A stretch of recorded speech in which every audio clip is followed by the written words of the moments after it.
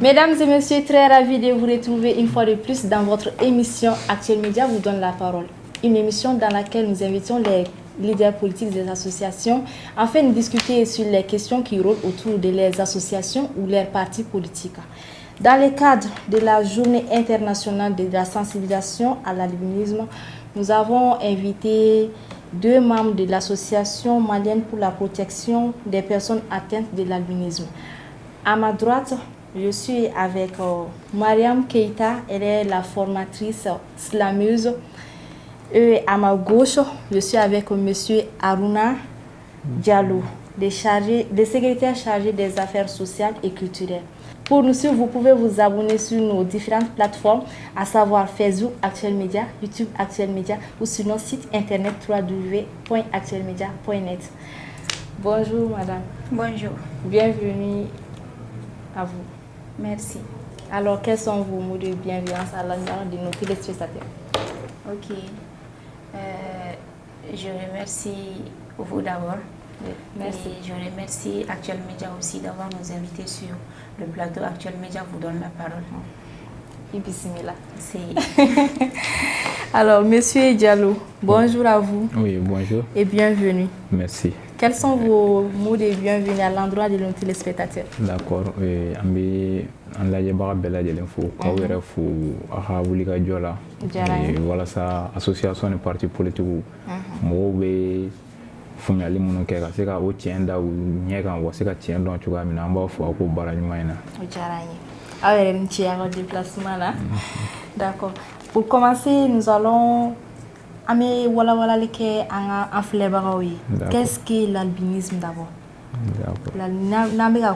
On dit albinisme, albinos. Mɔgɔ kan ka jumɛn de faamuya o la? D'accord. Albinisme définition. Albinisme ye bana de. C'est une maladie rare. Maladie min don a banamayɔrɔ ye min ye o de ye ɲɛ ka yeta ka fɛgɛn fɔlɔ farikolo ka fɛgɛn. Bon, bana ni ko ko bana mago bɛ furakɛli la.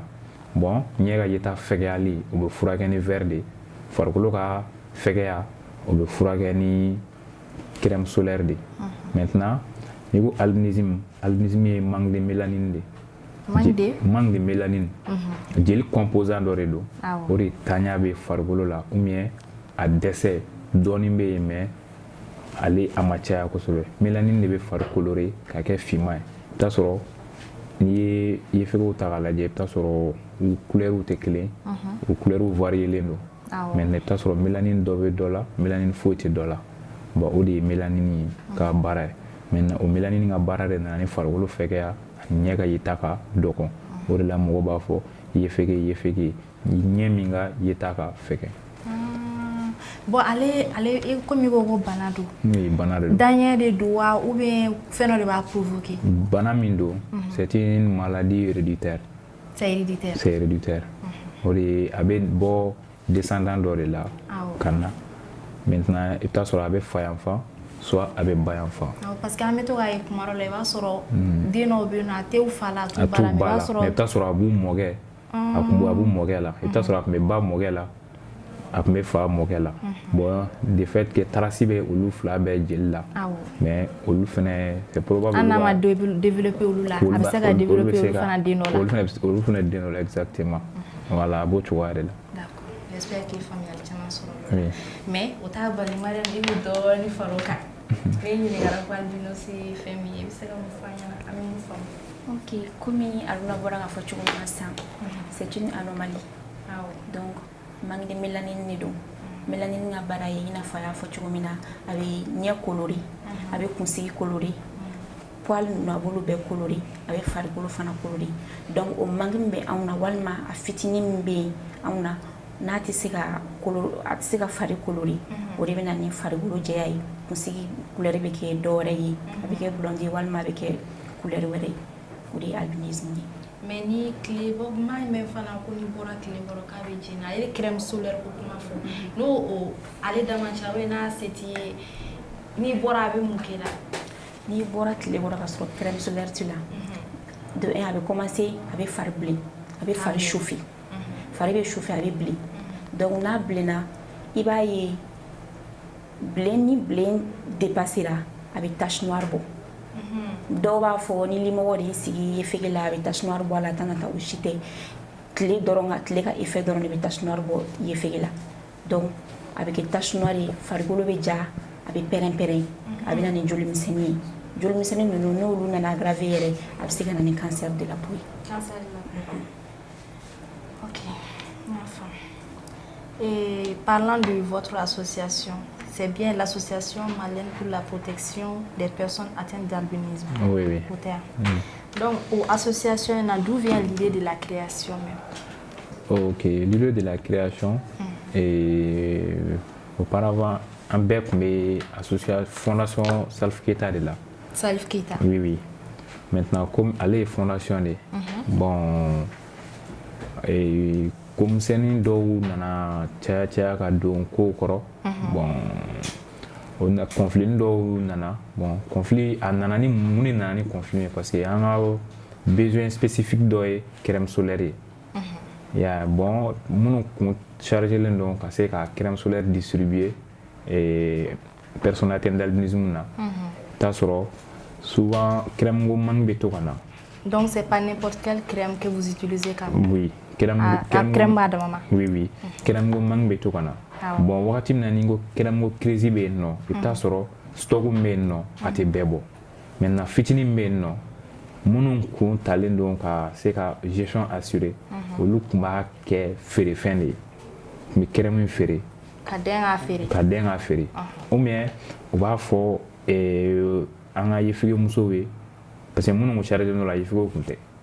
On va fo yefige muso we ko bon mais abe ageto ko bon ame tulu de awma. Ame anambe bo anambe kenyon fait. Bon donc tchawre ko affaire linyama ko enta ko nyesi muso ma bon ori kera muso la muso ka boro nyɔgɔn sen fɛ u ye nin kuma ninnu de fɔ ɲɔgɔn ye peut-être sɔrɔ a kɛra min na a kɛra ne la ne tɛ ka maloya k'a fɔ des personnes qui ont été victimes. Oui oui maintenant an ɲɔgɔn sɔrɔ baro dɔ la an y'a fɔ ɲɔgɔn ye bon les 6 femmes ils ont dit pourquoi pas créer une association à part qui est donc différente de la fondation de Salif Keita. Oui de créer une autre association à part pour que il faut que la nous me sera sabati tu vois mina mais en même temps on va continuer à lutter parce que mon association créer l'initiative ta assez compter au lieu à don kasi ku bali ou acti la assez compter au lieu à don kasi ku genga buga barala ka sabu ko bega wala mitaka et il fait au secret bon au lieu solution mais soro au lieu ka association vrai créer kasi ka il faut wasi la fia tu vois mina parce que ni tu vois na il faut la fia ni kanga association créer idée bora yani. On a l'association créée à part. Vous avez dit que c'était déjà une fondation. Oui. On a essayé de créer fondation. On a fait tout. Deuxième idée aussi, il y a aux questions. Parce que fondation est différente de l'association. Parce que fondateur, elle est de fondation gérée. Mais association, statut, règlement n'est bien. Il y a bon, moi aussi ça côté association là. Ni statut est mis fort, tu fais ça. Ni mot que il se gata. Ou bien une sanction ngaka au bedaika. Bon, fondation te ou procédure ban te fondation là. Mais association, aller de ça que sababuye, que ka futur ONG. Bon, ONG après que na be personnel werota, be barake. Mais ça sur fondation là, au procédure man wa donné. C'est fondation très généralement fondation donné au bedon ni no badi moma le kerem ni no badi moma le verre ni no badi moma bon association c'est un projet warawe qui est différent de ça pour que le sega wa haka soro tu kam no sega bara soro tu amina ko kene o sega assurer tu amana wa sécurité o fane sega assurer ouais et Mariam muna me fait ga doni parallèle allez vous faisiez partie de la fondation Salif Keita. Donc de là vous avez créé votre association. Me fait ga don muna allez vous fondation là il y a un mugoro de mu fondateur donc c'est lui qui gère tout. Comment gérer fondateur na comment faire parce que quand vous êtes unis aussi vous faites un au lieu de quoi. Problème nana ke mini le fondateur Bebado il est trop chargé a tɛ sigi wagati bɛɛ a bɛ voyage ni fɛnw na donc a ye mɔgɔ minnu fana ta a ka confiance kun b'u kan trop donc pour ne pas créer des conflits ani fana i b'a ɲini wagati caman k'a ye nani k'a ye ɲɛla c'est un tas de problème kuma tɛ ko ka fɛn wɛrɛ ɲɛfɔ an ɲɛna donc an kun tɛ se k'o temps bɛɛ kɔnɔ ka to kɛrɛmugu mayimagu la walima ka continuer nin fɛn ni ninnu na halisa. C'est un truc vital, voilà. Donc c'est nécessaire. Voilà. Et la création de votre association, la date on a créé l'association en 2015. En 2015. Et je m'en vais vers vous, parce que Mariama. Et c'est une association quand est-ce que vous avez un récépissé, les sièges? Numéro marobala avec ce numéro nanka mo me faire aller don ou faire au démarrer activité ou faire on a je suppose à l'activité OK donc il ça donne faire oui comme Mariam a fait comme l'association créera en 2015 le 4 juin 2015 oui. Maintenant en 2016 une association à lancement une activité d'âme à partir de 2016 maintenant mi mobe fait de association à tout amina et il faut d'abord vraiment avoir l'amour vers les personnes atteintes d'albinisme parce que femme veut d'amener yéni maintenant après ça ni il y a association là il y a carte de membre et puis il y a cotisation annuelle sera maintenant et association constituée de membres du bureau allez membre simple. Maintenant, il va faire le membre du bureau, il faut assemblée générale. Maintenant, bon, il va faire que membre du bureau, il va faire poste occupé, poste vraiment faut qualité d'oreille il a fallu. Il faut compétence d'oreille qu'il a. Il faut un projet d'oreille. Projet mais c'est tout vraiment au poste mais c'est améliorer tu vois mina. Donc à te dire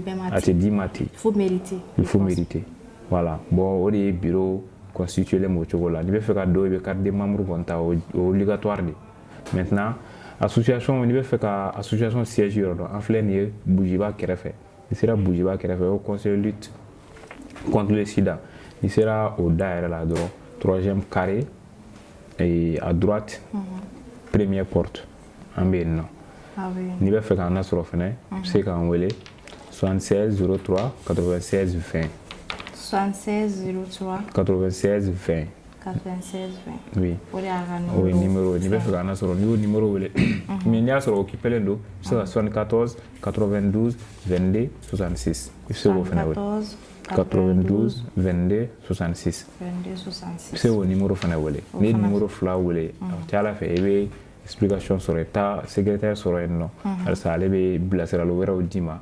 et association à Barreau que tu as là. D'accord. Il y a une association de Bouma. Vous, en tant que victime d'albinisme, quelles sont les difficultés que vous rencontrez? D'accord. En tant que personne atteinte d'albinisme, on a des difficultés trop. Ama Adam ne famina. Mo wachamambe nous ye fait sur la famina. En parlant, on va commencer à se nani on y bon en kalama parce que depuis on fitini parce que du on mo wachamanta famina do va fo musoe ni ne ke ai ni ke tanto préjugé chamambe on va mo no fo musoma c'est typiquement naturel c'est naturel donc ambe bo famille kono ni na korobaya demisen to be se ka tlonga ke chukumina uto nyoko fei anti-sévoqué parce qu'on est discriminé. Donc, demsen to ba irana chaque fois à nous tekelini. Farigolo dan farabo ira wakati be anu tekelini. Il ta soro ye fege de me kare kono alma be du kono. Abi se ka klonga mo ko me fe atete me mo ko kelenga. Souvent ira to ere soro. Donc, école là même scénario. Un professeur donc ta famille parce que on est discriminé là-bas aussi. On est discriminé là-bas aussi.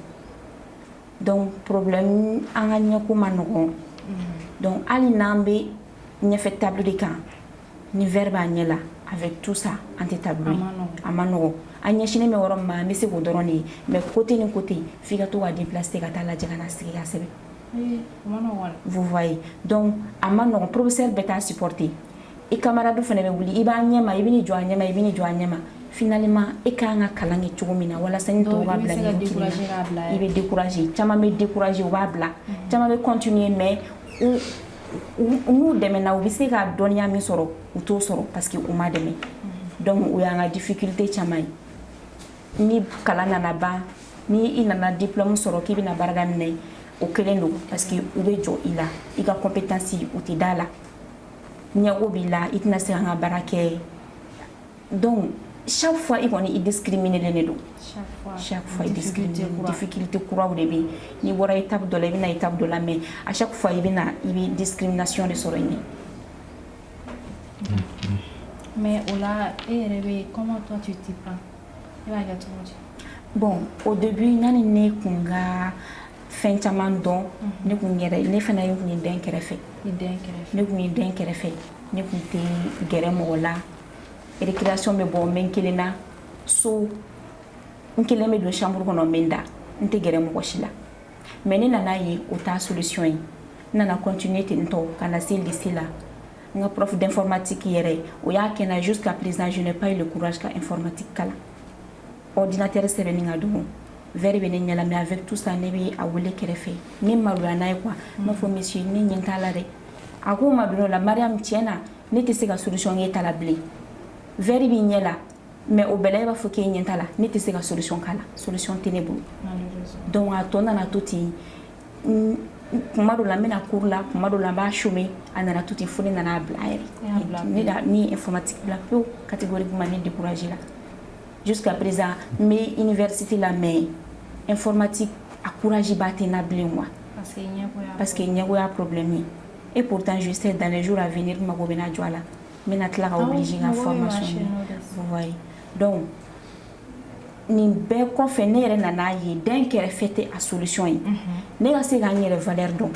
to wi mi ne fana yi okelini to kan ko ga vike chugomina c'est pareil chez moi donc ne nano de famnya ni nana laje regard munu me jona kuma munu me foni na ntlo ci ga nyechi ka beto no voilà ne nana tout ka évoluer fo nana mo wera soro munu fana yento encourager nana fin wera damni comme ça même mon frère on dit le premier devoir de l'homme c'est l'assumation de soi ni era assumer ka bandro ita fembe no ga c'est ça comment c'est et la difficulté faire une association comme l'État presse un peu. D'accord. Bon, quelles sont les difficultés que vous rencontrez au sein de votre association? Bon, association, difficulté, follow me. Parce que il y a ma femme. Le fait qu'il y ait une population à sensibiliser sur l'albinisme, le problème, les difficultés de follow. Il y a tant de choses que c'est que là. Il y a des choses qui follow. Il y a des difficultés de maintenant difficulté d'offre na jume il y a association manake chogo pour que l'association se avancer il faut que personnel d'ordre qui est disponible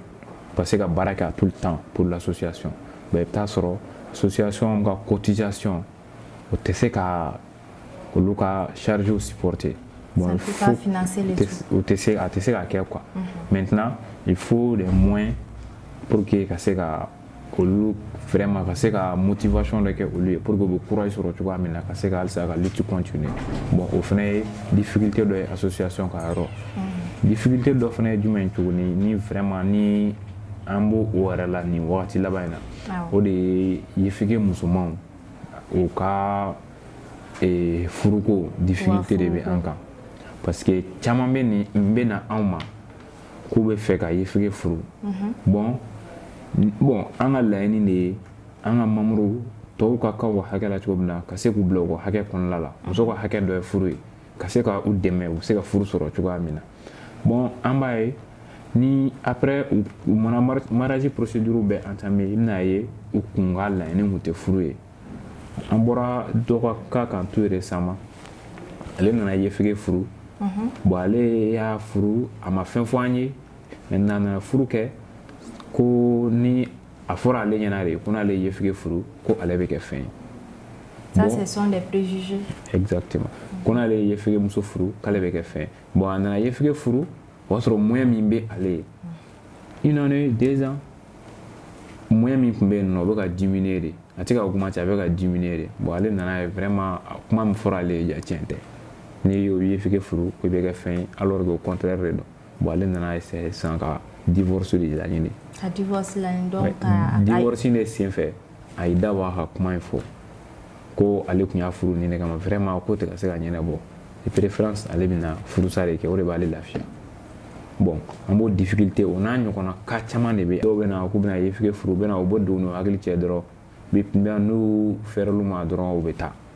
n'u fɛrɛl'u ma dɔrɔn u bɛ taa bon vraiment an b'o difficulté yɛrɛ de kɔnɔ nin wagati in na o ye association ka niveau dɔ ye difficulté dɔ fana ye jumɛn ye tuguni vraiment association a ka di association ye ka se ka kɛrɛm sɔrɔ cogoya min na crème solaire ka se ka distribuer pour que yefigo bɛ se ka appliquer o farikolo la pour ne pas que tache in ka se ka bɔ farikolo la parce que tile de bɛna nin tache ye bon n'i bɛ crème solaire in appliquer ka bɔ tile kɔrɔ bon a tache tɛ bɔ i la mais n'i t'a appliquer i b'a ye tache bɛ mɔgɔ o mɔgɔ la i b'a sɔrɔ tache bɛ bɔ a la wagati min na o wagati a kun tɛ crème utiliser o difficulté bɛ yen nɔ parce que crème solaire in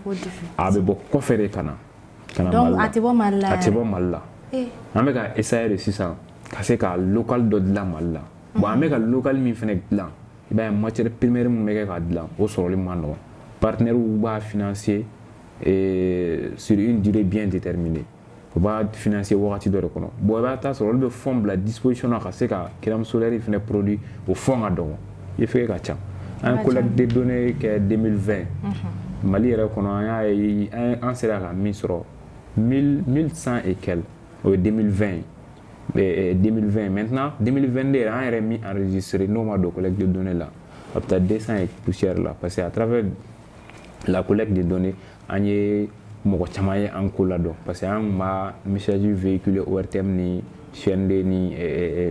Renouveau TV la pour que mɔgɔw ka se ka n'u ka données enregistré cogoya min na an bɛ se k'a dɔn exactement il faut que joli bɛ Mali kɔnɔ maintenant o crème solaire niveau vert fana ye o cogo kelen vert fana ye o cogo kelen vert sɔrɔli man nɔgɔn i bɛ taa sɔrɔ dɔw ka vert kelen bɛ taa 150 000 250 000 100 000 vert dɔgɔyara cogo o cogo 50 000 de don mais i bɛ taa sɔrɔ très généralement i fɛ parents la plupart bɛɛ ye fantan de bon mɔgɔ ma se ka famille ka charge supporter n'a fɔra e ka vert san e den 150 000 a kan ka kɛ chaque 6 mois vert kan ka falen chaque 6 mois bon ni moyen t'i ye tu es obligé i bɛ patienter ka kɛ 1 année pour que ka se ka vert wɛrɛ ɲini i den chaque 6 mois vert kan ka falen bon ni e mɔgɔ min ta ye 250 000 ye imagine den tɔw dun bɛ yen nɔ tuguni bon difficulté b'anw kan parce que de fait que an ko an association i b'a ye mɔgɔw bɛ na k'an ka vert ɲini ka d'u ma mɔgɔw bɛ na k'an ka vert ɲini ka d'u ma bon moyen ba tɛ anw fɛnɛ n bɛ se ka message min lancer o yɔrɔ fɛnɛ la o de ye vraiment an b'a ɲini état fɛ halisa u ye décret d'application min ta pour les personnes bon tout récemment septembre passé pour les personnes en situation de handicap article dɔ bɛ yen nɔ qui soutient vraiment les personnes atteintes d'albinisme u ka crème solaire ko la maintenant u kana da crème solaire ko ma vraiment u ka vert in fɛnɛ lajɛ k'o partie insérer pour que mɔgɔw bɛ se ka vert sɔrɔ cogoya min na u ka se k'a lajɛ ka vert don AMO la min ye ka vert subventionné d'une manière simple bɛɛ bɛ se k'a sɔrɔ cogoya min na voilà mais a tɛ AMO la vert tɛ AMO la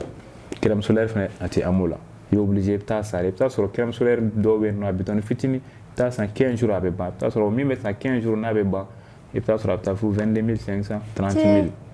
bon imagine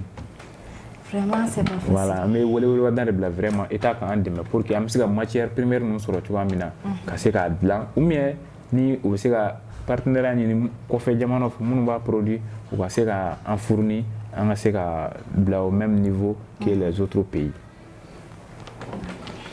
Mariam, il bɛ se ka dɔɔni fɔ an ɲɛna sur les activités que vous menez. Ok. Comment vous sensibilisez les gens? Ok. An ka activité bɛ kɛ cogo min na an bɛ cause an b'a daminɛ an bɛ cause éducative kɛ cause éducative tɛ dɔwɛrɛ ye an bɛ ɲɔgɔn sigi parce que an tɛ se k'a fɔ k'an bɛ kuma mɔgɔw fɛ k'a sɔrɔ an yɛrɛ dama ma bɛn ko la an yɛrɛ dama tɛ ɲɔgɔn dɔn kosɛbɛ an bɛ to ka baroninw sigi an ni ɲɔgɔn cɛ donc parce que i ye fege bɛɛ ye problème dɔ sɔrɔ an bɛ ɲɔgɔn ɲininka e ye problème jumɛn sɔrɔ mun de y'i tɔɔrɔ i sera ka i ka difficulté surmonter cogo di donc an bɛ ɲɔgɔn bila an ka se ka an da waga ɲɔgɔn ye parce que i b'a jateminɛ yefege dɛnɛnw kɛrɛfɛ a mɔrɔmɔrɔlen don a tɛ se ka kuma mɔgɔ wɛrɛ ye mais entre nous an bɛ confiance da ɲɔgɔn kan an b'an ka kumaw fɔ ɲɔgɔn ye donc o ye an ka activité dɔ ye an b'an yɛrɛ damaw la sensibiliser an ni ɲɔgɔn cɛ an bɛ a yira an na an ka valeur nin de ye donc an ka kɛ tan an ka kɛ tan o kɔfɛ an bɛ campagne de sensibilisation kɛ an bɛ taa école-sow la donc an bɛ taa an bɛ écoledenw ni école karamɔgɔw fara ɲɔgɔn kan an b'u sensibiliser yefege kan ka minɛ cogo di classe kɔnɔ an b'o ɲɛfɔ olu fana ɲɛna an bɛ yala communew kɔnɔna fana na an bɛ mɔgɔw la sensibiliser an bɛ jama fara ɲɔgɔn kan n'an ye jama an kɔni an tɛ jɔ jama na an ye mɔgɔ hakɛ sɔrɔ an bɛ activité ninnu kɛ an b'olu fana fara ɲɔgɔn kan an bɛ olu fana la sensibiliser yefegeya kan o bɛɛ kɔfɛ an bɛ texte slam fana kɛ slam donc o ye texte poésie dɔw ye donc an b'olu fana kɛ an bɛ kuma yefegew ka gɛlɛya u ye gɛlɛya minnu sɔrɔ an b'olu traduit k'olu kɛ texte ye donc an bɛ texte ninnu enregistrer an b'u filmer an b'u bila réseaux sociaux kan an b'u partager walasa mɔgɔ wɛrɛw fana ka se ka sɔrɔ an b'olu de kɛ walasa ka sensibilisation kɛ. D'accord. Monsieur Aruna. Oui. Vous avez à l'association, quels sont les statuts réglementaires? Bon, ni date on a explication de la c'est oui, statut règlement ben. Bon, charasi on est. Bon, charasi. Bon, ma d'accord. Nous manga soso o an yɛrɛ ka bɛnkanw de parce que bureau constitution na an y'a sigi de ka se k'a lajɛ mun ni mun de man ɲi association ma o dɔ ye mun ye ka taa k'a don association na ka taa association tɔgɔ tiɲɛ fan wɛrɛ fɛ min ye ka nkalon da association na o dɔ ye mun ye ka se ka association ye an ye bɛnkan minnu ta ka o sariyaw pour que an ka se k'u ka sariya minnu lawaleya e ye dankari ni min ye dankari ko la an tɛ sɔn o la ɲɔgɔnnaw de ma statut règlement bɛ o yɔrɔw de ɲɛfɔ min ka ɲi association ma min man ɲi association ma. Quel est le but que vous recherchez maintenant? Oui, an bɛ donni na komi bi an y'a daminɛ fɔlɔ pour que ka se ka ɲɛda kura de di yefegew ma yefegew ka se ka u tun bɛ ka ye lajɛ cogo min na o ka se ka dabila maintenant an bɛ yɔrɔ min na sisan an bɛ fɛ de yefegew ka se ka don mouvement wɛrɛw la ka se ka don association wɛrɛw la ka se ka don ONG wɛrɛw la u bɛ se ka intégrer cogoya min na pour que u bɛ se ka u ka vie yɛrɛ assurer en un mot an bɛ o phase de la sisan. Maintenant nous sommes une association pour le moment mais on tend vers ONG an bɛ ka procédure commencer pour que an bɛ se ka kɛ ONG fana ye cogoya min na ka bɔ association in ka cadre kɔnɔna la parce que an bɛ ka activités bɛ ka taa cogoya min na. Bon, avec un bon association cadre qu'on a donné, ka don ONG, ka mouvement réalisé, tu vois là, on a fait qu'un formaliser pour que c'est ka document nous va permettre que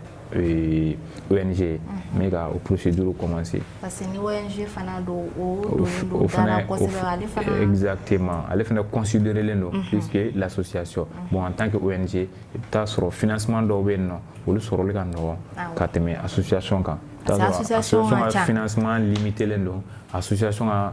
tiens. Bon na fora ka association be financer ama no mais en tant que ONG c'est un financement dans l'année. Oui, comme il y a tout le projet. Exactement, exactement. ONG observe que section de à part.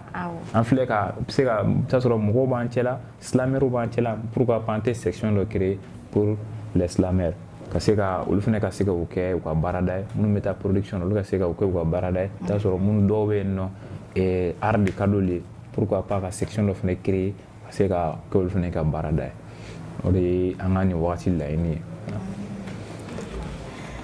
Mariam, quels sont les droits que vous revendiquez au sein de votre association? Principalement, priorité pour le moment. Ok. L'association a ama daminɛ kalanko la fɔlɔ parce que an ka collecte données sen fɛ an y'a jateminɛ yefege caman de bɛ yen minnu tɛ kalan na minnu ma chance sɔrɔ ka kalan don kalan yɛrɛ la walima u y'a daminɛ u ma se ka laban difficulté sababu la. Or tout le monde a droit à l'éducation. Tout le monde a droit. Donc an b'o droit an b'o ɲini yɛrɛ de an ka se ka kalan i n'a fɔ jamanaden tɔ bɛɛ. Voilà. Donc o fana kɔfɛ an bɛna baarako ta fana la. Donc an b'a kalama baarako ka gɛlɛn mais dɔw kana den kɛrɛfɛ parce que ko u dancogo ala fɛ. Donc o ye discrimination ye bɛɛ ni baara ka kan ni a diplôme b'i la a compétence b'i la pourquoi pas i tɛ taa mais i tɛ taa ka sababu kɛ parce que i ye albinos ye. Donc baara fana y'an ka droit ye an ka an ka baara kɛ o y'an ka droit dɔ fana ye an b'o fana réclamer. I bɛ se ka jumɛn dɔɔni fara an ka droit kan? Oui, o bɛ se ka min fara a kan et surtout an ka santé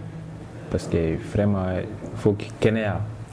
kɛnɛya bɛɛ dama ka kan kɛnɛya la hakɛ kelen na. N'i y'a mɛn i kalanna i ye baara kɛ i ni ka kɛnɛ de parce que n y'a fɔ cogo min na an ka crème ni tulu vert vraiment o ma nɔgɔn ani fini mun fana bɛ don an na o fini fana bɛ a dan na an filɛ nin an tɛ fini fɛn tisilama ninnu don choix bɛ minnu na an t'olu don an bɛ cotonnamaw de don chaque fois ka kɛ fini min bolo ka jan chaque fois an b'o de conseiller bon chapeau an kan ka chapeau fana don pour que an bɛ se ka protéger cogoya min na droit la protection an kan ka se ka protéger cogoya min na an ka kɛnɛya ale ni surtout an ka sécurité ka taa septembre 2021 ka na bila bi la an ye cas 4 de enregistré o ye an bɔra min kalama k'a fɔ ko yefege min bɔnɛra a nin na ka sababu kɛ ko dɔ bɛ fɛ ka kɛ fɛn de ye an ye o cas 4 de enregistré ça vaut pas une année d'abord n'a fɔra ko mɔgɔ 4 ka perdu vraiment an mago bɛ sécurité la pour que an bɛ se ka protéger cogoya min na an mago b'o la o ye an ka droit dɔ ye an bɛ ka min ɲini wa an tɛ segin a la an bɛ weleweleda fana kɛ halisa an bɛ cadre min kɔnɔ n'o ye 13 juin 13 juin, c'est une journée dédiée aux personnes atteintes d'albinisme. 13 juin, c'est une journée. 13 juin, à Akilina, Bora et Nations Unies de là. Nations Unies a fait un peu de fait. Oui, aïe vraiment, il faut que familialement que il fait là. La journée le 13 juin est dédiée aux personnes atteintes d'albinisme pour que on sait qu'aucun donné, que c'est qu'à moi la sensibiliser, il faut que femme tu comme maintenant oui plan régional d'Orebla en place ni Mali et Bolonobla 7 mina qu'il faut vraiment avec hakilin soutenir il faut que be Mali là non ou fene ka kan ou bloquer droit kon là maintenant au plan régional inga recommandation do ben non recommandation ba fodi jamana be ka laje ka agent spécial do bla en place ale be non il faut ka sécurité parce que il faut ka sécurité assurée tu vois mina ni cas d'assassinat min nana abeta au niveau là aka affaire ka tu vois mina juridiquement raquetin ton pour que vous fana se ka lafiya tu vois mina parce que ni cas d'assassinat nana en ma ta soro kuma la un association de en fanga be dɔgɔya bon an bɛ démarche daminɛ an bɛ to munumunu na taa an fɛ bon par finish an tɛ se ka baara wɛrɛ kɛ o wagati kɔnɔna la ta sɔrɔ problème wɛrɛw bɛ yen nɔ minnu kan ka résoudre mais n'a sɔrɔ personne spéciale dɔ bɛ yen nɔ directement affaire bɛ bila ale ka disposition na ale bɛ o traiter an bɛ continuer ni mouvement wɛrɛw ye pour que yefigew bɛ se ka lafiya cogoya min na. Amina Rabi. Mariam,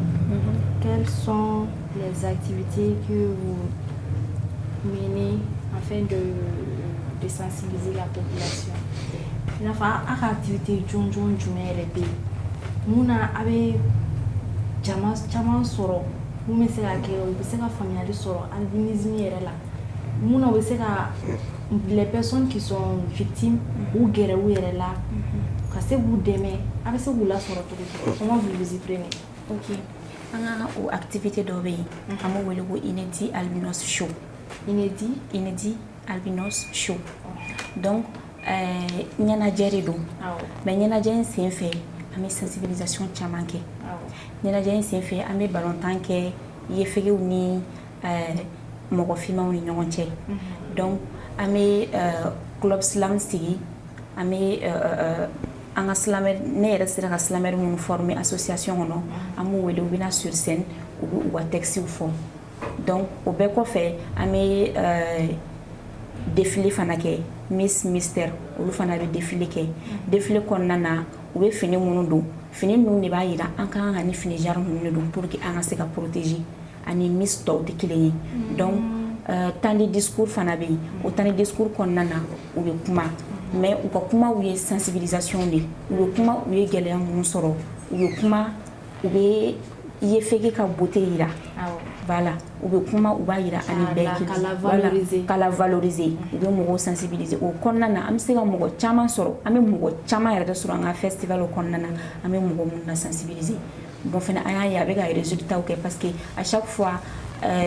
festival kɔnɔna na walima festival kɔfɛ an bɛ mɔgɔw sɔrɔ minnu b'a fɔ an kun tɛ nin dɔn an kun tɛ nin dɔn an kun t'a dɔn k'a bɛ kɛ tan an kun t'a dɔn k'a bɛ kɛ tan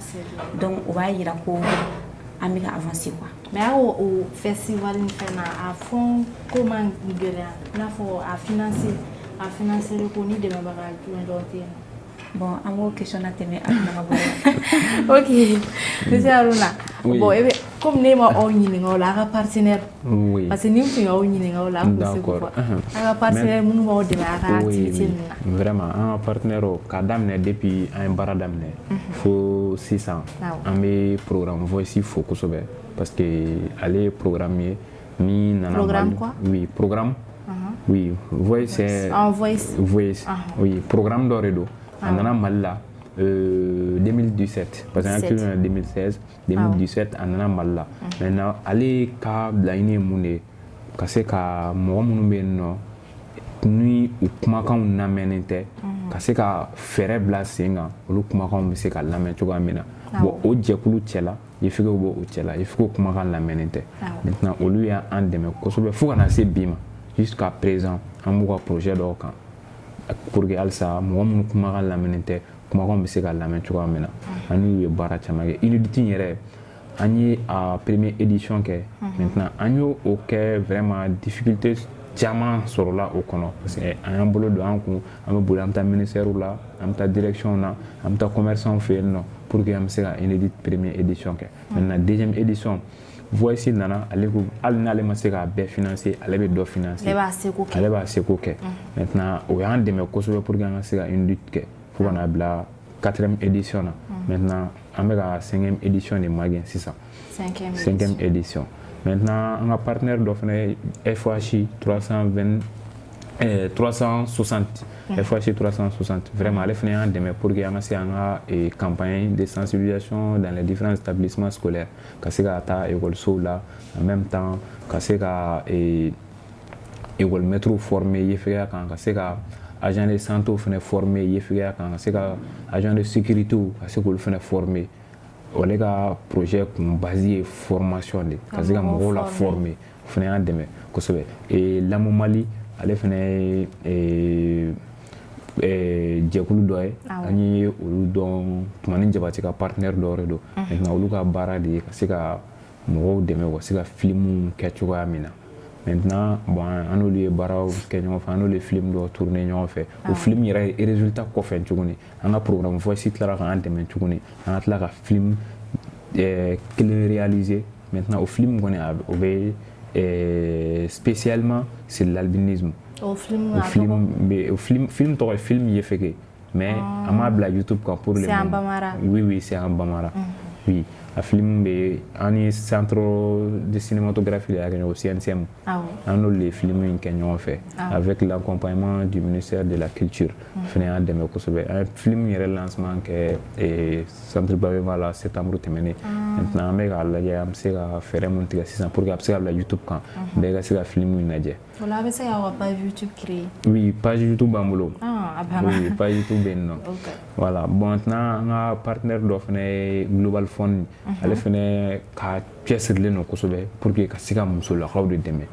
parce que yefegew sɛgɛnnen don mais musow fana sɛgɛnnen don ka tɛmɛ cɛw fana kan pour que ka se ka musow de accompagner musow ka activité minnu bɛ se ka kɛ ka se ka causerie éducative minnu kɛ musow ni ɲɔgɔn cɛ muso yɛrɛ bɛ se k'i protéger cogoya di i ka furuso kɔnɔna la yanni i ka taa furu kɔnɔna la i bɛ mun ni mun de kɛ pour que k'i yɛrɛ valoriser olu ka activités bɛnnen don o de ma an b'olu fana fo kosɛbɛ vraiment o yɔrɔ la yani bɛ taga ɲɛfɛ denmisɛnninw ta la oui denmisɛnninw ta la vraiment an bɛ ka o de ko ɲɛɲini jusqu'à présent an ma partenaire sɔrɔ min bɛ a fɔ vraiment n bɛ min jɔ ni denmisɛnninw ka charge parce que a ma nɔgɔ partenaire n'an taara n'an ka projet wɛrɛ partenaire ma i b'a ye dɛmɛ ka d'u ye mais i bɛ taa sɔrɔ projet in a mɔgɔ bɛ kun min na c'est plus élevé mɔgɔ ka ca fɛnw da ka gɛlɛn bon o bɛ siran hali ni dɛmɛ ka d'u ye i b'a sɔrɔ kuma dɔ la o bɛ siran ben halisa an bɛ ka partenaire de ɲini min bɛ se k'an dɛmɛ ka se ka denmisɛnninw ka kalanko assurer i bɛ taa sɔrɔ dɔw parents tɛ se k'u ka école ko courage timinandiya t'u la bon olu bɛ na ko u y'a bɛɛ bila an ka bolo kan i bɛ taa sɔrɔ u bɛ k'an ka bolo kan moyen tɛ anw ye ka taa école sara moyen t'anw ye ka pan spécial ɲini ka d'u ma parce que pan spécial bɛ ɲini ka di formation spéciale kɛ mun bɛ mun na ka to ka fɛɛrɛ kɛ au même niveau que les autres élèves hali n'a ma taga école ka fɛɛrɛ kɛ mun bɛ se ka maître dɔw bila mun bɛ se ka denmisɛnnin ninnu kalan exactement o bɛɛ bɛ dépend fɔnko de la o bɛɛ bɛ fɔnko de bolo vraiment an bɛ a fɔ jamana ye u k'an dɛmɛ o yɔrɔ ninnu na kosɛbɛ yefegɛ bɛ école so min na o bɛ se k'a lajɛ ka se k'u accompagner ni moyen min ye pour que u ka dɔnniya tɔw ta bɛ kɛ kelen parce que n'i bɛ classe ni yɛrɛ tableau ye tɔw ɲɛ b'a la e n'u ka faamuyali tɛ se ka kɛ kelen cogo si voilà bon ka se k'o yɔrɔnin lajɛ u ka faamuyaliw ka kɛ kelen vraiment an b'an ka partenaires fo jusqu'à présent an bɛ nin baara ninnu de la mais halisa an mago bɛ partenaires la u ka an dɛmɛ pour que IFEW bɛ se k'u ka hakɛw sɔrɔ cogoya min na inchallah amina comme fɔlɔ e ko k'an ka taga Aruna fɛ n'a gɛlɛyara dɔrɔn i b'a bila ka taa Aruna fɛ o tɛ yan ko Aruna dun ye ne balimakɛ o Jalo ye e dun ye Keyita e ye maninka ye an fila dama k'an ka kuma kɛ ɲɔgɔn fɛ o tɛ k'an bɔ ɲɔgɔn na e yɛrɛ an bɔ ɲɔgɔn na plateau sanfɛ a ye sabali a ye sabali fulaw ka di ne ye ne yɛrɛ cɛ ye fila de a bara o kɔrɔ ko ne muso de ye sisan nɔ aw bɛ ka population yɛrɛ sensibiliser albinisme kan yɔrɔ b'a sɔrɔ dɔw b'aw la hali sisan ale ma se ka a yɛrɛ assumer ou bien a bɛ albinos dɔ fana dɔn mun ma se ka yɛrɛ assumer a bɛ gɛrɛ o tigi la cogo di pour que a ka se ka sɔn a yɛrɛ ma quoi k'a fɔ ko ala y'ale dan tan ale y'o ye de donc a man kan k'a yɛrɛ bila kɛrɛfɛ ka kan k'a kɛ cogo bɛɛ la a ka tɛmɛ hali a yɛrɛ ɲɛmɔgɔ finman an farifinman na ala ka dɛmɛ o la ka baara kɛ n'a fɔ bɛɛ baara min don a ma nɔgɔn mais anw obligé non k'a kɛ n'a ma ɲɛ ala ye anw kɛ yefege ye donc an b'a ɲini wagati bɛɛ de ka yefege bɛɛ bɔ a ka zone de confort kɔnɔ donc an bɛ gɛrɛ a tigi la de au début ni gɛrɛla dɔw la yɛrɛ u bɛ boli ɲɛ u b'a ɲini cogo sugu bɛɛ la k'i éviter ne yɛrɛ tun bɛ taa dɔw fɛ yen ani an ka carré kun man jan muso de kun don fari bɛɛ kun kɛra tasi ye donc ne bɛ taa ni ne sera a fɛ yen a y'a sɔrɔ ne fana ma kɔrɔbaya o cogo la mais n b'a dɔn n ɲɔgɔnna de don wa a ma nɔgɔn a bɛ min kɔnɔ fɛn min don ne b'a dɔn quoi déjà e yɛrɛ kun k'i discriminer ne yɛrɛ kun discriminer don ne b'a dɔn ne bɛ taa ne tɔɲɔgɔn ne terimuso yɛrɛ n cousine minnu bɛ so u b'a fɔ i t'i fara la i bɛ taa ka so a b'i lamaloya a bɛ boli ka don so kɔnɔ a t'i lamɛn yɛrɛ ne ko non ne tɛ se k'a to ten tɔ ne bɛ taa tuma dɔw la ne bɛ tulu n ka tulu boîte dɔ ta ne bɛ t'o d'a ma ni ne taara a b'a fɔ ko funteni bɛ tulu in na dɛ k'ale tɛ se ka tulu in a b'a ɲini wagati bɛɛ ka ne mabɔ a la quoi pour que ne ka décourager n ka mabɔ a la parce que ale yɛrɛ fɛ ale ka ɲi tan ne quoi parce que bɛɛ y'a minɛ ten tɔ mais ne nana continuer a y'a yɛrɛ kɛ bolo kɔfɛ fɛn ye ne nana continuer ne bɛ taa fɛ yen hali n'a donna so kɔnɔ ne bɛ n sigi n'a tilala après a bɛ bɔ a bɛ ne sɔrɔ kɛnɛma a bɛ n ne ye n ta kɛ n tɛ taa yɛrɛ de i b'o de kɛ i bɛ gɛrɛ u la n tɛ mabɔ i la i b'o de ku u la donc a nana to ten a nana commencer a bɛ baro kɛ ne fɛ et pourtant a ka vie kun ka gɛlɛn tellement parce que ale fa y'i ba la ka tila k'a ba fana gɛn ka bɔ so kɔnɔ donc ale tun bɛ lamɔ la dɔ de fɛ yen a tɛ mɔgɔ min yɛrɛ dɔn min ɲɛnama ten dɔrɔn ka taa n'a ka so donc a ka vie kun ka gɛlɛn tellement i bɛ taa sɔrɔ hali lamɔyɔrɔ yɛrɛ la a bɛ fɛn bɛɛ y'a ɲɛna fɛn bɛɛ a lafiyalen tɛ yen nɔ yɛrɛ mais o fana ka fisa ni wɔrɔ yɛrɛ tɛ n bolo n bɛ taa yɔrɔ min na kɛnɛma voilà donc a ka vie kun ka gɛlɛn tellement mais a nana ye ne tɛ ka bɔ a nɔfɛ ne tɛ ka bɔ a nɔfɛ a fana nana sɔrɔ k'a da waga a bɛ kuma ne dɔn a bɛ kuma ne dɔn i ma ya donc a na to ten tɔ ne ko a ma n ko sisan nɔ n ko kow nɔgɔyara n ka kana maloya n'a fari ye n ko tasi bɛ bɔ parce que hôpital dermatologique bɛ yen sisan nɔ an ka tasi bɛ bɔ yen nɔ gratuitement a bɛ bɔ a la pewu tasi bɛ bɔ sisan gratuitement donc ne y'a nɛgɛ nɛgɛ a commencera ka taa yen nɔ a y'a ka tasi bɔ a bɛ turu ta sisan a bɛ taa association na hali très jeune a ye ne wele allo Mira ni activité minnu bɛ i k'a fɔ n ɲɛna y'a mɛn wa n bɛ na sisan nɔ a bɛ restaurant dɔ la a bɛ débrouiller a bɛ baaramisɛnninw kɛ yen nɔ a b'a ka fɛnw ta en charge ni activité fɛn fɛn bɛ yen a bɛ na mais a tɛ taa courage de kɔ mɔgɔ minnu bɛ yen yefege minnu bɛ yen n'u tɛ ka se k'u yɛrɛ assumer an bɛ gɛrɛ u la de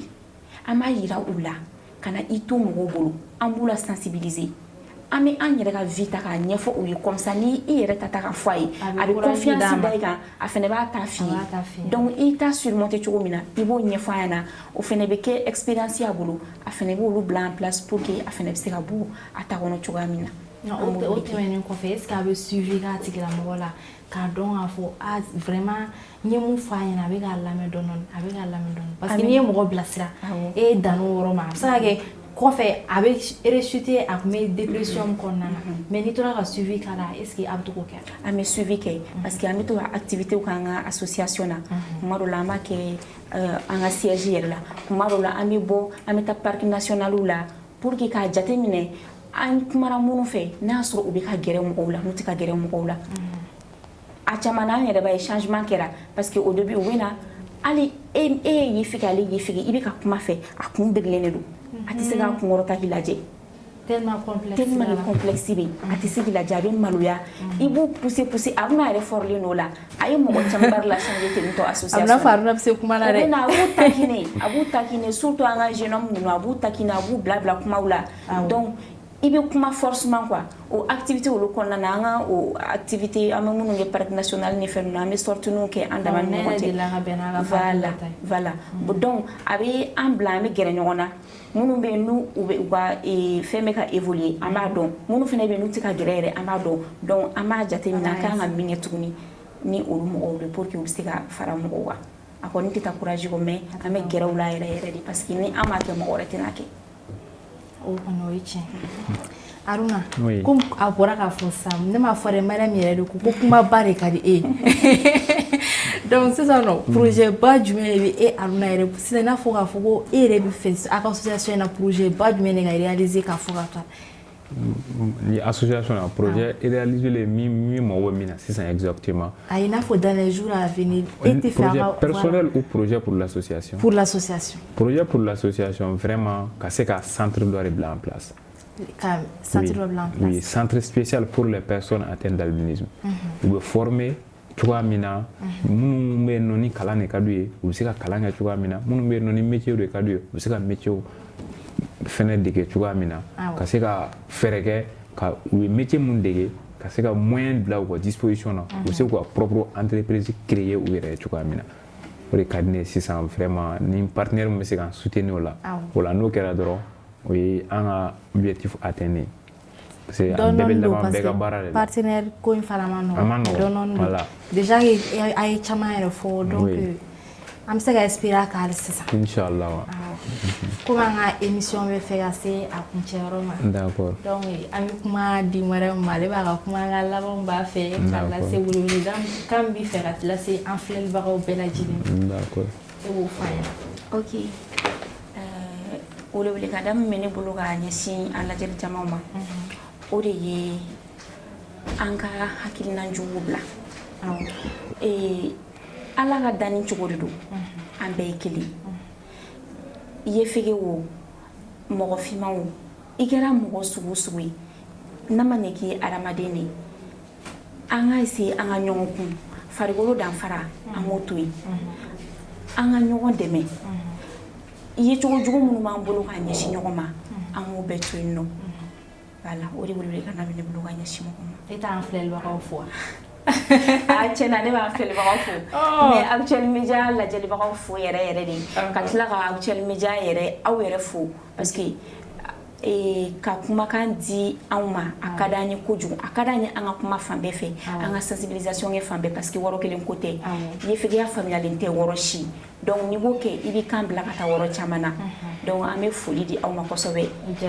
an welela aw ka plateau kan. I yɛrɛ merci beaucoup nali la.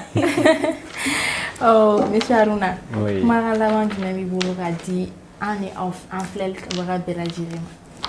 Bon kumakan laban min bɛ ne bolo bi émission cadre kɔnɔna la